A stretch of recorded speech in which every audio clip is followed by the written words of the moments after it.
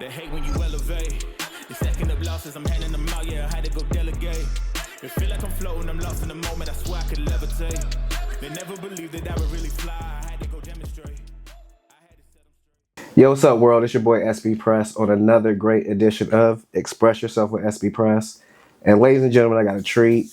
I got an amazing person, amazing parent, amazing just individual. Because I got a lot more that I'm going to break down this episode.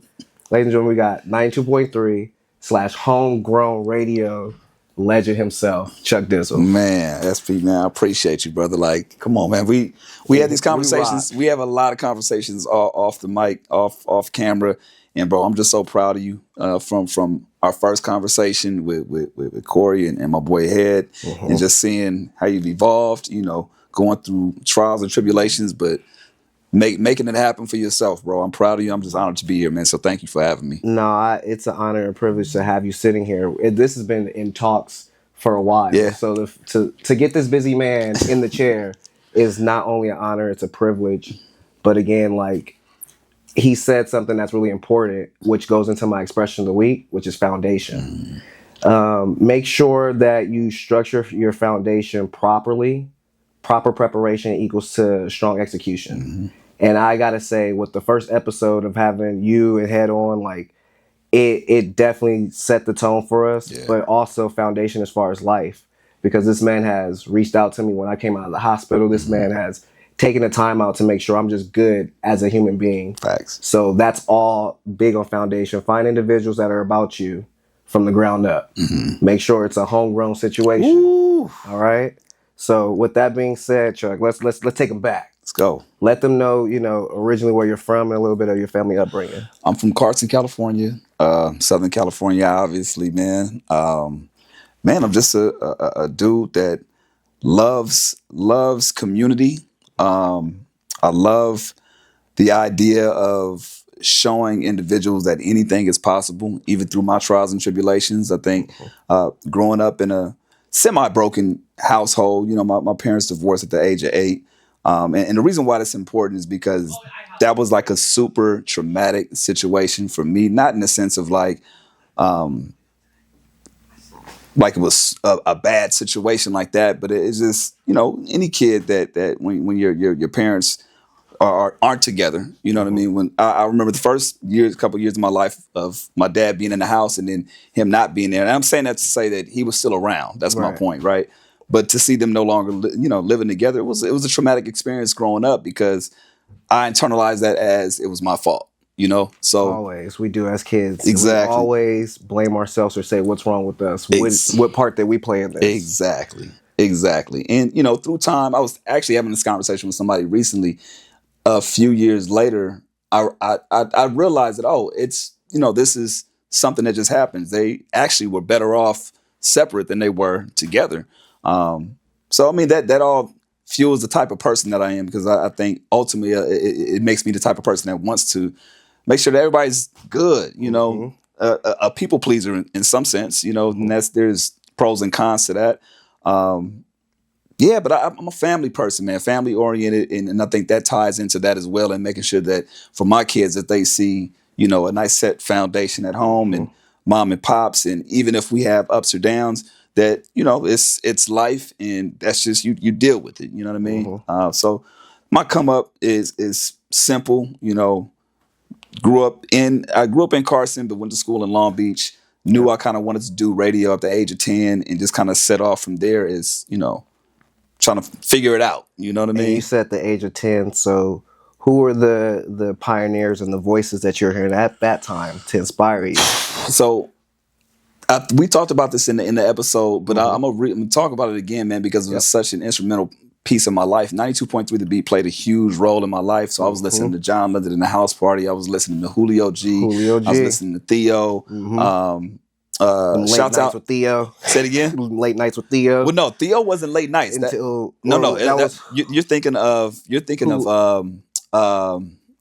my guy PJ Butter. PJ, there we go. What's funny though is that he filled in for Theo because they kind of had a similar voice. That's what that was. But I mean, just listening to 92.3 The Beat, and obviously on the other side, I was listening to Big Boy, listening to the Baker Boys, and all these personalities that were on air. Like that was my escape. Listening to those, to them. So just having that and replicating that growing up, trying to make my own skits. That was my getaway and my escape. So those were the voices that for sure let me. It sparked the interest, at a very early age, and then throughout the years, meeting different individuals like Romeo and shout out to DJ the Goodfellas, man. They played such a huge part of my career as well, because when I was working for K-Day, they just kind of like ushered me in, man, and put that arm around my back and showed love, man. You said something that I gotta also, shout out C5 for, because I know that feeling with this man as well. That arm around you, that really like take you in, make sure you're not just good in what you're doing, make sure you're good just in life. Like, I can't thank you enough for that, man. So like, I know what that feels like, because I get that from you as well, bro. You know when those wild, you bringing up C5? I got Shout out. God is good to me, man. God be good to me for sure. 1,000%. And with that being said, can we talk about the college side? Oh my God! You got enough time? No. Yes, because that's when it was like a burst of you hit, and people were catching on. So can we talk about that? Yeah, I mean, what happened was, like, again, when listening at the age of 10 and up and through high school, it was just, it's kind of cute. It's fun. I think I can get on the radio. Like, it's not a bit. I think when I got to college, I realized, like, I can actually do this. And shout out to, I don't think I've ever shouted her out in public, but this chick by the name of Erica Dumas. And I don't mean to say chick like that, but this young lady, she really put the battery in my back, because she worked at the Beat. And I was at a college expo, and she happened to be like, she wasn't a part of the street team at the time, but she happened to be at this event. And I was like, yo, I'm 17 at the time. Like, how do I do this? She was like, well, do this radio thing. She was like, well, you got to get an internship. Got to go to college to get an internship. If you go to college and get an internship, which is working for free, then you can get your foot in the door and go from there. And from that moment, I took her card, I set it in my room, I tacked it on my wall, and I was like, in 2 years, I'm going to give her a call and let her know that I'm ready. So I say all that to say, I go to college, try to find the radio program. Shout out to K Beach, got in there, created my own little show up in there, and lo and behold, just kind of build a buzz there, and that helped me get my foot in the door to ultimately get my internship. So those college days were so important. It helped me build relationships with different individuals, from, not only just people that were listening and checking out the show, but artists that were on early, you know what I mean? From shout out to Ichiban Don, shouts out to early TDE days, from Kendrick, Ab-Soul, like J-Rock for sure. J-Rock was very instrumental, because he was like really one of the first people that I saw that, was trying to get on and get a situation with Warner, and he had a song on the radio and was popping, and I got a chance to interview him and build a relationship with TDE before they like really took off. So and I've always got major love for them. Oh, you've been heavily a part of that foundation. Yeah, for sure. I've seen it. We'll get to that point a little later. But yeah, definitely. You've been pivotal in the foundation of a lot of upcoming individuals and still going individuals. If there's one thing that you could definitely say was a make or break moment for you, but you persevered over it, what would that be? During college? Yes. It actually happened. Because there's two things. One happened after college, but I'm trying to think of one that actually happened during college. It was figuring out what I was gonna, and this is a small thing, but figuring out what I was gonna name the show. If that makes, like, it I didn't have a name or anything cool so that was it was a hard thing to kind of pin down at first, and just really kind of like the foundation of what the show was going to be, right? So to kind of give a backstory to that, at the time that I first started doing K Beach, I didn't really have a format to the show and what I wanted to do. I just want to be on the radio. Like what I didn't have an identity, right? But throughout that time, I realized that there were people that needed to have their voices heard from artists and just different individuals. And I just had the toughest time trying to like structure that. And, you know, I'm a perfectionist, man. So like creating air checks, which are like radio demos and things of that nature, it took me a long time to kind of like really understand the sound and the tone and things of that nature. And then also, I mean, to be honest, college, the whole lifestyle of college in itself, like I mentioned earlier, I'm a people pleaser. So I like people to be happy, whatever. But with that, you can't be everybody's friend. Which is something that I'm also coming into part of as well. As this goes on, you realize there's certain people that you meet for a reason in the season. Bro. So you got to kind of take that in and give as much as you can, but also learn as much as you can. We're here to learn from each other. Each one can teach one. So you may come to a point to where all you need to get from that person to grow comes to an end. Right. And yes, being cool and being cordial is one thing, but sometimes we grow apart. Yeah. But the one thing that I admire within other visuals, especially my dog Humble, is regardless on if you don't or you do see us together, we're still growing as individuals. Exactly. You know, it's a teamwork thing and stuff like that, but we still have individual lives that we still grow individually as. And understanding that the people that you came in with, you might not go through this with. You know what I mean? Whatever stage in life you at, I think when I was going to college, there were, you know, friends that I had in high school and then friends that I had from elementary school that, you know, those friendships trail off. And it's not in a bad way. It's just that you're, like you said, different seasons, things are growing. So it was kind of hard to manage, like really understanding, like, and with that, I went to a private school all my life. This is a huge shift for me. It was good because I got a chance to see what the real world was about. But with that comes, you know, all these types of relationships and dealing with different people that don't necessarily have your best interest in mind, that you don't know when you first meet them. And you think that coming in and hanging in the dorms with them, that you guys are gonna be best friends forever, and it just doesn't happen that way. So it was a combination of a lot of things, from personal to, you know, trying to figure out the career thing, and not to mention, you know, when I went in, I wanted to do radio, right? When I get there, I realized that there's no radio program. I have to do journalism. I'm like, well, I don't necessarily want to do journalism to the point where I'm a newscaster. Right. So I'm a stat guy. Yeah, I'm not a stat guy. So it was figuring all that out and ultimately landing on psychology, which you know, I got my degree in, and you know, my goal at the time prior to, you know, hopping on radio was like, okay, well, I guess I can become a counselor or something to that degree, and ultimately not even using that degree like that. Well, I gotta say, I don't agree with that, because he's definitely counseling a lot of us. So yeah, money well spent. Officially, you know what I'm saying? Like, and that low key, that's how I utilize it. Even when I'm talking to callers or, you know, just different individuals, I feel like I was like, oh, okay, I'm using it now. I'm using that psychology degree. So it makes sense, but at the same time, I'm like, you know, when you're in it, then when radio wasn't a thing, like I would before my job at the Beat at the time, you know, or getting that internship, yo, you getting that pressure from family, like, okay, what are you gonna do? Yeah, that radio shit is cool, but what are you gonna do? What does it lead to? What does it lead to?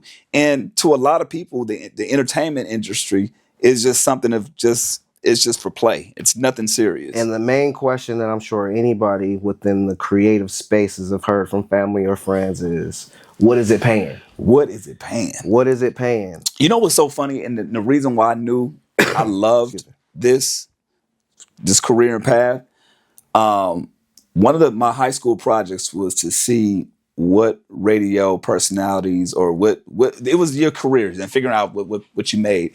And I think at the time, this is 2001, the annual salary of a disc jockey or whatever was, and this is all research. This wasn't I didn't talk to anybody, but I searched it up, and it was like, you made an annual salary of $18,000 a year.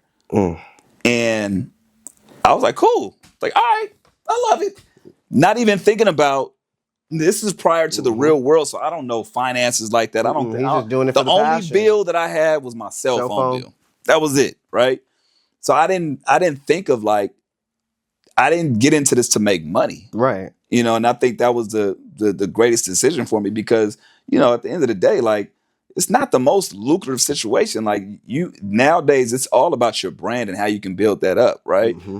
So it worked out. It worked out for me, and it's working out for me because that wasn't the goal. Wasn't to make money. It's because I really love doing this. So, and I second that because that was my whole thing with starting my platform. It wasn't like, oh, I want to have the most money. I want to have the biggest platform. At one point in time, I said I want to be bigger than the two Joes, which was Joe Rogan and Joe Budden. But it was only to make a difference within people, you know. But then, again, I doubt that down and had realization kick in. I was like, okay, what am I doing this for? I'm doing this to help people stop suffering in silence. I'm doing this to help people stop hiding their hurt so they can heal from it. I'm doing this to encourage other people to come forth and tell their story that can encourage the next person to live to their full potential. And I'm doing that with my platform. So, and if you affect one person, your mission is complete. And that's all. Nail hit right on the head. I'm just saying, a lot of times we get caught up in having those big goals, and there's nothing wrong with that. You should always shoot for that. And even somebody that's letting, get your money. If that's your prerogative, that's your prerogative. And to be honest, I heard Nip say that, man. The best way to feel good about yourself, get some money. It's gonna change the way you outwardly express yourself. It's gonna change a lot about you, but don't be driven by money. It's my thing, right? If that's your thing, that's your thing. But for me, I looked at a lot of opportunities and things that happened. Like, I always wanted to show love to those that were coming up, and it was like, okay, well, damn, I gave this person their first opportunity. I gave this person their first. Yeah, of course, I want to shoot for more and get more, listeners and get a bigger audience. But it's like, mission accomplished. And you're also cemented in history. Bro. You're cemented in history, which is the reason why you were honored and you're continuously honored. You're loved. We can't say we can't say it enough, Chuck. We love you. I'm not gonna lie, that's a hard pill to swallow, and I'm learning to do that because a lot of times I typically just brush it off. Oh yeah, thank you, but it's like I'm learning to sit with that. So I appreciate that, man, and I think that though those accolades are for a reason, specifically for me, because it lets me know, like, the grind, the sleepless nights, the all of the things that I feel like, damn, okay, this could have been better, or this situation could have panned out. When I hear stuff like that, or I get people telling me like, I've been listening to you, I've been rocking with you since I was in middle school, and now I'm graduating from college, and you don't know how, the platform has done for me. That means the world, man. It makes me understand, like, my life means something. You're living in purpose. Living in purpose, bro. And that's what this is all about. And I second that because someone had to tell me the other day that, man, you had a conversation with someone, and it wasn't even who you had the conversation with. It was the gems that you guys were dropping that helped me. Right. So it's just like I take this back to, you and the conversation we had before you got on stage. Yeah. I meant every word I said. Man. You're helping me be a better man. Man. When I get graced with being a parent, I know who to look up to, and even in the space of being a professional, it's also about showing personality. And that's the one thing that I'm, just coming more into and stuff. So again, I thank you for that. Man. And with that being said, I have an amazing segment called Blast from the Past. Okay. All right. So it's gonna sting. And I purposely make it do that because it's all about the importance of who's helped you along your journey and also your foundation. All right. So with that being said, I need you to express what these individuals mean to me, to you, and your foundation part. So this is my pops, man. My dad, rest in peace. Rest in peace. He means a lot, man, because it's so funny. I have a funny story about him. The first idea of wanting to do, how kids, you say, oh, what do you want to be when you grow up? And, you come up with all these answers to these things. And I remember my dad was the first person to tell me I can do anything I wanted to do. And I'm 5 years old at the time, right? He's like, son, you can do anything you want to do. I said, he's like, what do you want to be when you grow up or whatever? And I was like, well, I'm not sure. He's like, man, you can be anything you want to be. What do you want to be? I was like, anything? He's like, anything. So I can be a dog?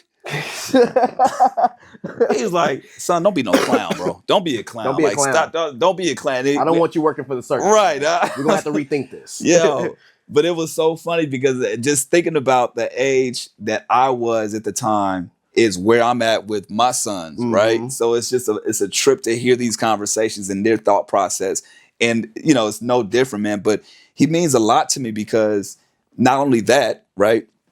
He showed me that, you know, indirectly that I can do anything, but at a time when I really needed it and I didn't know it, yo, he gave us a space for homegrown, right? Yep. The first spot, I mean, technically the first spot outside of Long Beach State that we were doing homegrown at, people know the infamous spot off of Lamoli and 113th in Inglewood. That was the apartment building that was his. It was it was in our family. So it's like I would go on the weekends to help him clean it out or go, you know, grab rent from the tenants, help him paint or whatever the case may be. And here I am, you know, 20 years later at the time, now living there, right?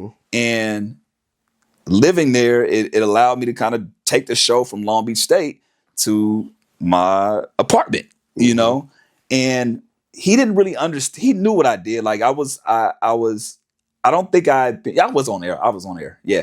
I gotten on air, but prior to me getting on air, he saw me hustling on the street team. I remember him coming to like one of my events that, you know, we was doing something at a car wash and he happened to pull up and he saw me in action, you know, just working the crowd or whatever. And he's like, oh, this is what you do. It's like, yeah. So fast forward when I moved into the apartment, he was like, look, I don't know the world that you're in, right? I don't understand the entertainment business, but I see that you're serious about this. So however I can help out, you know, just let me know. I'm like, Dad, you know, you allow me to use this spot and do my show here and it being, you know, becoming a thing, is all the help I need. And I thanked him for that. And this is right before he had passed. So I'm so glad that we had that moment where he kind of saw the direction of where I was going. He got a chance to hear me on the radio, you know, when I worked for The Beat and slightly at K-Day, I believe. But yeah, man, he means the world to me, man, because it's that had it not been for those early conversations, and I didn't even put two and two together until later down the line that he had asked me, like, what do you want to be when you grow up? And you can do anything. Just planting that seed of, yo, you can do anything, you know, it's kind of set me off to a path of where I am today. Full circle moment. That's why, again, I do my digging. And research, man. So, you knew. I knew. So let's go ahead and hit him with the next one. Boom. I did some digging. That's Mom's, man. My producer was like, and my boy, he was humble. He was like, man, what did you do? You went in his house and got these pictures? I could snap these pictures when nobody was looking. This one actually sat in our kitchen for the longest time, too. Yep. It's my mom, man. I always call her the smartest woman that I know next to Oprah. And I say that because she sacrificed everything that she wanted to do and wanted to be for us. She always told us her greatest gift was being a parent. And she always wanted to be the best parent she could because she grew up, she had a rough childhood. You know what I mean? Her mom passed away at the age of 15. She grew up in Tallulah, Louisiana, migrated to Las Vegas, lived with her brothers for a little bit before settling in LA and meeting my dad. So she always lived out of struggle. It was always like a survival, not struggle, survival mode. You know, had her own spot at 17. You know what I mean? Like, and got her degrees, and you know, went on to get her bachelor and masters, and just an awesome individual. And I saw the grind from her, seeing that the late nights. It's all worth it. You know what I mean? If you want something, you have to put in that time and put in that effort. My business sense comes from her. Yep. You know, it's my community action. She was somebody that grew up in the church, had us involved in church, but also worked for the city of Compton for so many years and worked for the LA Auto Urban League. I'm getting that wrong the way I'm saying it, but she was always driven in the community as well, man. And you know, that's the other half to who I am. You know what I mean? Dad planted that seed, but she nurtured it throughout the years. Yep. And she made sure like that she made life comfortable enough for me to be able to pursue my dreams. Lit that fire under me, you know, when it was time to graduate, and she was like, okay, what you gonna do? But gave me enough grace to be like, figure it out. I don't know that world either. In fact, her side of it, she had a similar conversation with me about, I don't know this world. I don't know the entertainment business. I know management. I know not management, and that like she was a manager of all the projects that she was a part of. She was in that role, but she was like in management and marketing and all that stuff. She's like, I don't know the entertainment business, but I do have a couple of connections. The only connection that I have to the entertainment business was a PR by the name of Pat Tobin, rest in peace. Rest in peace. And at 17, she connected me with Pat Tobin, and Pat Tobin took me to a club, and I couldn't get in the club.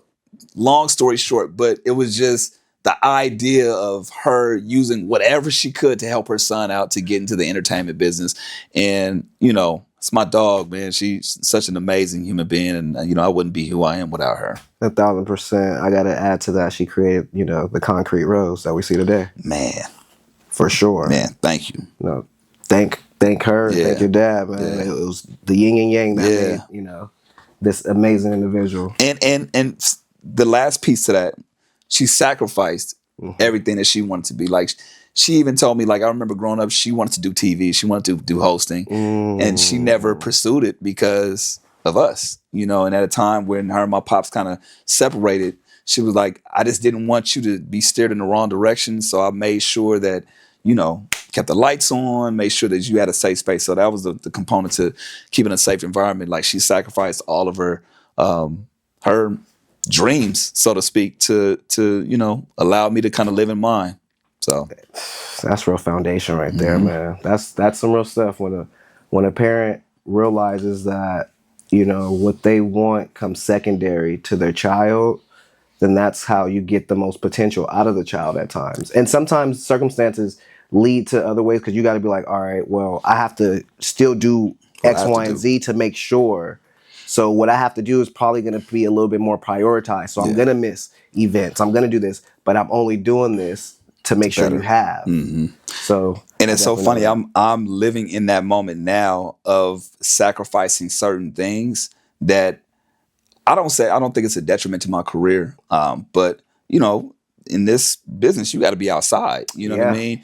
But for me, the most important thing right now is just making sure that I'm visible to my two sons. You know, never missing those early moments. And you know, there's certain things that I miss out on because of that. But I learned that, you know, my life has significantly changed over the last 7 years. You know, since my first son was born. And that's not a bad thing. You know what I mean? I'm learning to live through that and understand what that transition is like.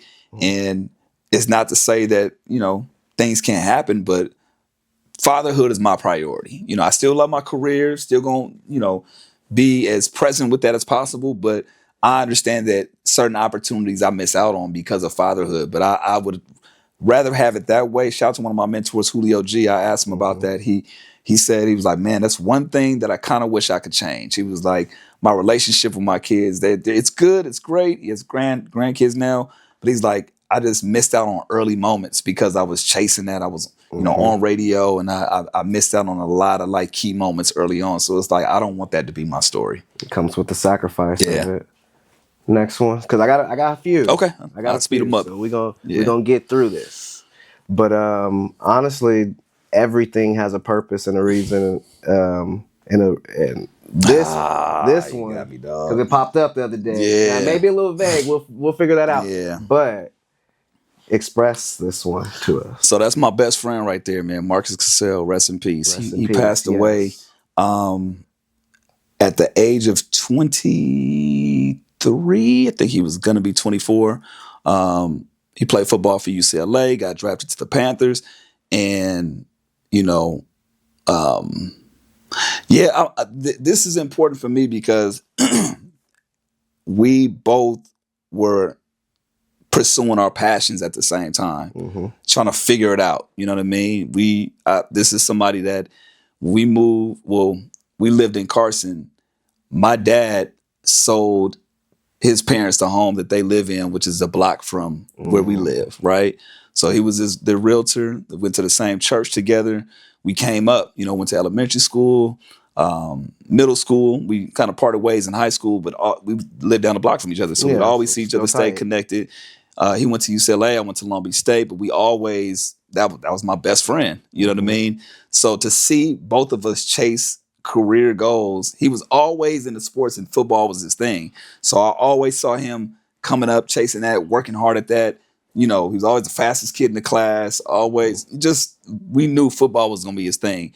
But to see it actually transpire was another thing that showed me like, oh, damn, dreams are possible. Like you can actually achieve, like who else can say, I mean, I'm sure people can say it, but it's like that you got drafted to the NFL.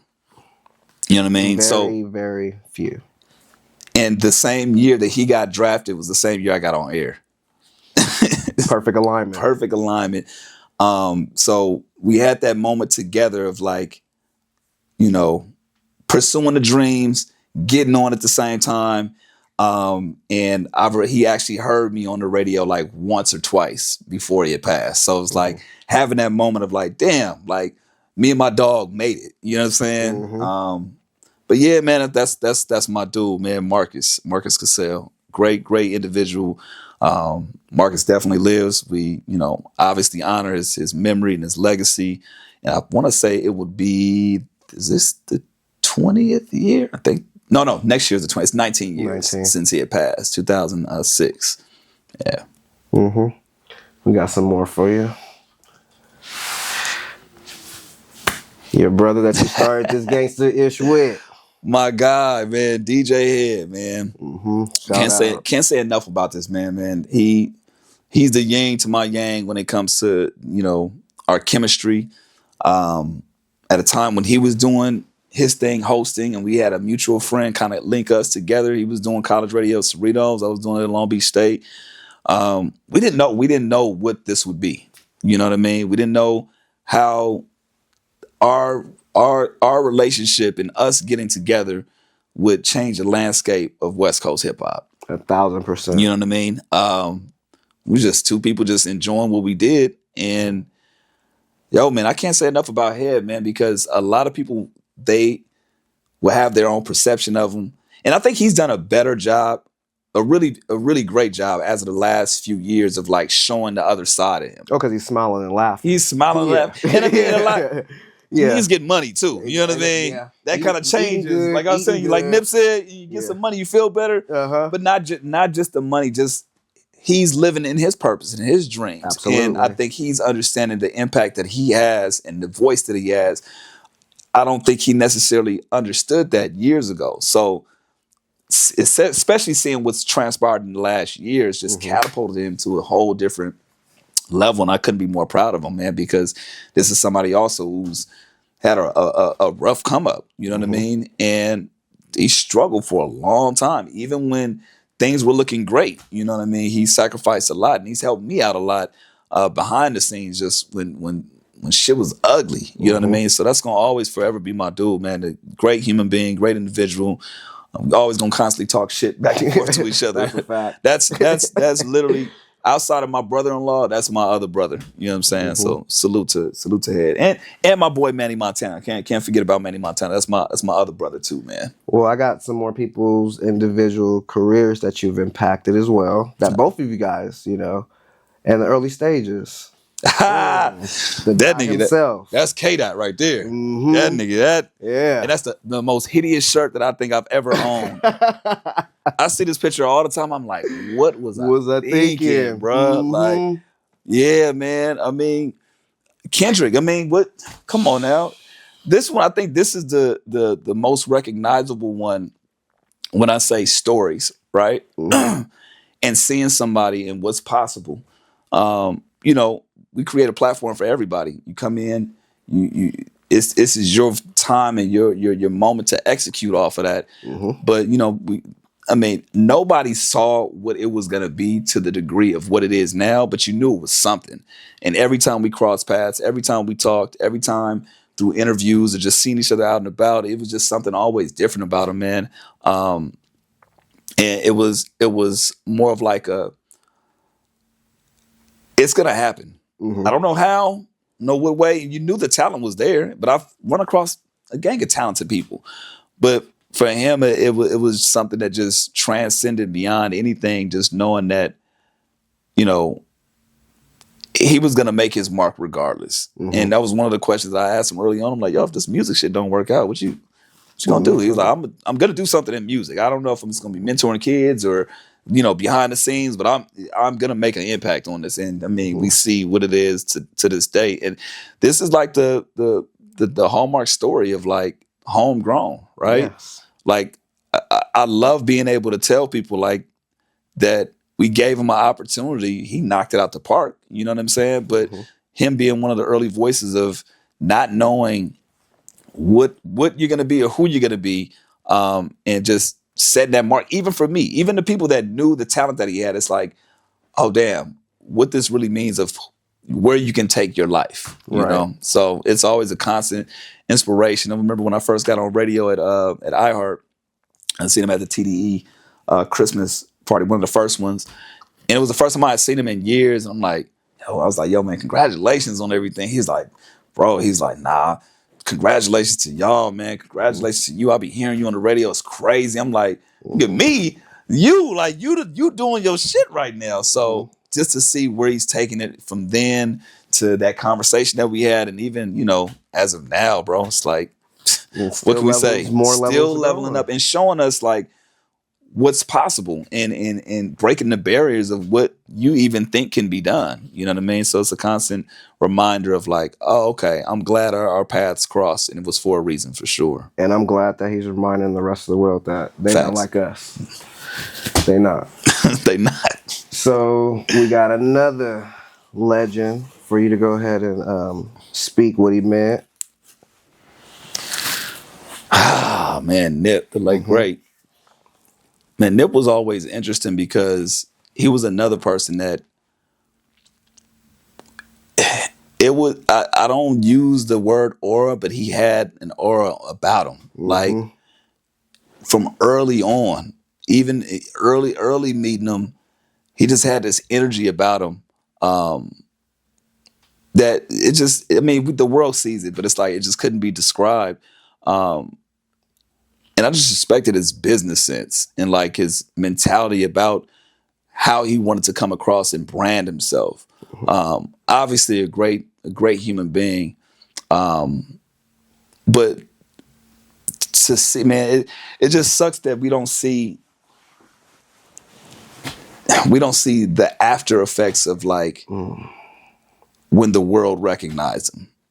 I'm glad he got a chance to get his flowers in real time. Like I'm so glad that Victory Lap came out and he kind of got a chance to see that. But I think he would just be so proud of seeing where the Marathon brand is to this day and seeing how his family's kind of picked up the legacy and running with it. I just miss him, man. I really wish he was still here to kind of, show us the blueprint, man. Right. Continue striving on that foundation that he started and actually putting people on, because a lot of people fail to realize he wasn't just putting his people on, he was giving everybody opportunities, man. So and just, man, I really look at legacy. I look at just cementing who you are and like really understanding like how much time you have here and what are you doing with that time. You know what I mean? And I feel like with the short time that we had him, man, he knocked it out the park, man. He's done more in his life than a lot of people have done in lifetimes upon lifetimes, man. So I just, would hope that people kind of take that example and live life that way.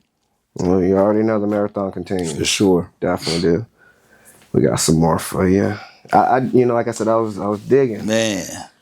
Let's talk about this amazing foundation. My baby boo. That's right. That's my right. best friend right there, man. That's my wife, Tasha.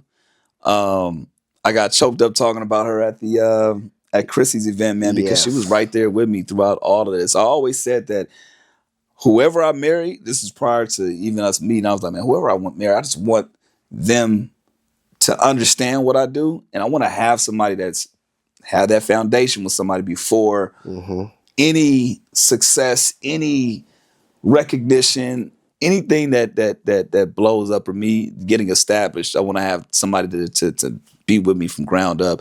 And that's, man, God sent me her. As a true sucker for love, I love this love. Could you really talk about the sacrifices both of you guys have made in order to make this powerhouse couple continue? Well, I sacrificed by going to the wrong barber that day. I'm mad because my waves was not popping on my wedding day. I'm always pissed about that. Man, they took me down to, anyway. Yeah. I always get mad low, looking too at them low. like, damn, there's like one little grizzle of a wave Right, there. you got a little My ripple in shit there. was popping too.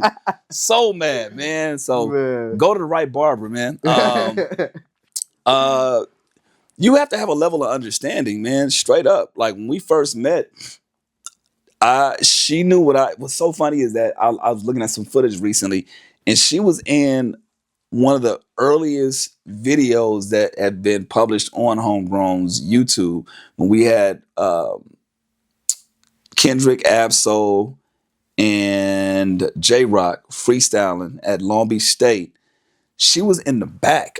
I didn't realize it. I forgot she was there. So she was a part, like she saw the whole Y'all was journey. already marinating and cooking that gumbo pop back then.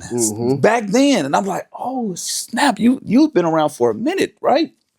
But the sacrifices is understanding that like, yo, I'm gonna have a room full of people here. And this is what I'm going at. She, at the time, she was making like fruit platters. And I was like, what do you want to do? She was like, man, I like cooking. Like, that's my thing. It's like, okay, well, you gonna turn that into something? So it's like, at the same time I'm doing Homegrown, I'm planting the seeds of her starting her company, and she took it, ran with it, and she's now, she's been personal in person chef for a lot of celebrities, a lot of companies. And she's made a living off of it and continues to make a living off of it. So it's like we've both achieved our dreams, you know what I'm saying, together. And I think it's the understanding of like there's going to be peaks and valleys between that. It's going to be highs and lows. She wasn't thrilled about having 40 niggas in the house. Right. Weren't my language. No, you good. At like 2, 3 in the morning and me getting so drunk and passing out on the couch and having the homies shout to Terrace Martin and Punch locking up the apartment sometimes, For you know what I'm real. saying? Making sure that we were good. But she saw the vision. She saw the passion that I had for it. And likewise with her, I saw the passion that she had for cooking. So salute to Salas, our manager, man. He was the main one to kind of help put the battery in her back as well in terms of what she can do with it. So when we were doing Homegrown, he was, putting the battery in, yo, you should, he would bring the wine and, make sure that we would create an experience for people. So a lot of times it would be, the interviews that was taking place in the room, but it was a whole party going on outside that she was catering for the turn up. You know what I mean? But I think it's a level of understanding, it's communication, it's all the things, the cliche things that people tell you. But more importantly, you got to want it. You really have to want it. You know what I mean? And you're looking at two people that want it. That's my life partner. I was laughing the other day. I'm like, dude, we're, God willing, I was like, we're gonna grow old together. You know what I'm saying? And this is gonna be amazing to see you at 89 and what we're gonna be doing then, and talking to our grandkids about these moments and the things that happened prior. You know what good food do, right? It have you humming some good music and so it go hand in hand. It go hand in hand, man. It go hand in hand. And I just got to say again, like, I know when that day comes or whatever for me, who to truly look at as how to do it right. Man, thank you so much. Sincerely, man. Thank you, man. Yeah, I feel like there's no perfect way. There's no perfect answer, no perfect way, but I'm just glad that we have our way, you know. And it's also, that's not 50-50, that's 100-100. Ooh, I like that. Yeah, facts. For sure. We're putting 100. Yes, for sure. I'm glad you said it that way. Because people come in half-assed and then they expect a full potential, but it's not how you're it not goes. giving full potential. Yeah, exactly. So, and our last one brings us to the potential and the full potential that y'all created. Uh-oh. You know? The minions. Thing one, thing two. The minions, Man. the legacy, man. The legacy. It's my guys, man. Charles and Chase, man. I look at potential. I look at the impact that they're gonna have on the world. You know what I mean? And the seeds that we're planting today to let them know that anything is possible. You know what I mean? And not, as parents, trying not to stifle the growth. Like I was telling you earlier, and I say this all the time, and I say it jokingly, but I'm like, my second one, Chase, is he's all over the place right now. But I love his energy, and I want to mold that into something amazing. Same thing for Charles. He's at the age where he's questioning everything, and it's like, I don't want to stop that voice as much as I don't want to answer that for the fifth time. I love the fact that you're vocal and you want to know your way. And they're just, man, that's my guys, man. They're sweet individuals. As crazy as he is, he has this sweet side to him. That's why I picked this one purposely. Yeah. It's either the destruction or it's the affection. Exactly. So you get one or the other. Like I said at the event, he's like, I want to be on stage with you. Right. Then next thing you know, I don't want to be on stage. I don't want to be on stage, bro. Like right. but I love that about him, and it's share with you off here. I'm like, it's challenging me as not only a parent but as a human being, like where my patience is at, and just making sure I, contribute to the world. And this is my contributions. This is me and Tasha's contributions, and I have no doubt that they'll make the world a better place. 1,000%. And I got to bring it back to the same word. They have an amazing foundation. Yeah, thank you. So they are going to be great because they come from greatness. Facts. So if there's anything that you want to leave the guests with, motivational, that can help them channel in on their greatness and their potential. Stop suffering in silence. Stop hiding the hurt so they can heal from it. Persevere and turn those no's into yeses. What would that be? Give yourself grace. Man, it might take me a second, but hopefully we can edit or whatever. But there was something that I read, a Bible verse or something from a verse that I read recently, and this had me in my feelings, man, because we go through this life of constantly going for something, making mistakes, maybe not living in our full potential, trying to live in our full potential. And I'll just paraphrase it. I don't want to mess it up, but it says something to the fact of like, God is constantly showing up for you. And however many times it takes, he's there. And that gave me so much peace because I asked myself recently, I'm like, damn, did I miss the mark? It's like, damn, did I miss the mark? Like, we definitely had this conversation. Did I miss the mark? Like, did I fuck up somewhere? Like, and without getting into too much detail, I read that after I asked the question. It said, God is going to try as many times because that's the type of God that he is. And that just gave me so much comfort and peace. And not to say that I can kick my feet up, but it's just like, man, it gave me the peace that I needed. And I leave that with individuals as well, man. Give yourself that same grace. Whatever you're going through, you can get through it. It's definitely possible. Every circumstance is different. But hopefully that resonates with somebody, man, because I know sometimes you just feel like I can't even see the light. I don't know what is going on. This is unlike anything that I've ever been through before. But just understand, man, there's a will when God's got you, and he's going to continue to give you those opportunities and chances. May sound cliche, may sound like whatever, but I just felt it on my heart to kind of share that. I would read exactly what it is, but it's gonna take me a minute to kind of find it. But And I'm all about let go and let God. Yeah. And shout out to Kenyon. There was a situation that I won't share everything, but I'll give you guys more, because if you personally know me, you know what I'm talking about when I paraphrase and beat around the bush with it. But there was a circumstance that, this past Father's Day, I had to kind of let go and let God and stop allowing a situation to control me and stop thinking I'm not good enough due to the circumstances, and realize I am. It's just the time frame of it. He's making sure that things around me are good enough so he can put me in the right position at the right time. So like, I want to apologize to certain friends of mine that I was being selfish and saying, I'd rather have your situation than the emptiness that I felt. But then it was also like, no, you need to understand the emptiness that you're feeling is for you to be fulfilled with your purpose. So like, again, I got to shout out my boy Humble, because man, I know sometimes I be driving you crazy with certain subject matters and stuff like that. But man, like, I can't thank you enough. I can't thank Kenyon enough. And I can't thank you guys enough. You guys all definitely put your arms around me and let it be known that you're valid to feel how you feel. But you also have to work through those emotions and feelings. You don't want to block your blessings by being stagnant or stuck in a moment in time that can't go back to. Yeah. So like, man, for all them times that I came out of the hospital where I was, on deathbeds, literally, to hear from you, to hear from him, to hear from Kenyon, like, those things keep me going. Those are the reasons why I'm here. I'm fulfilling my purpose, man.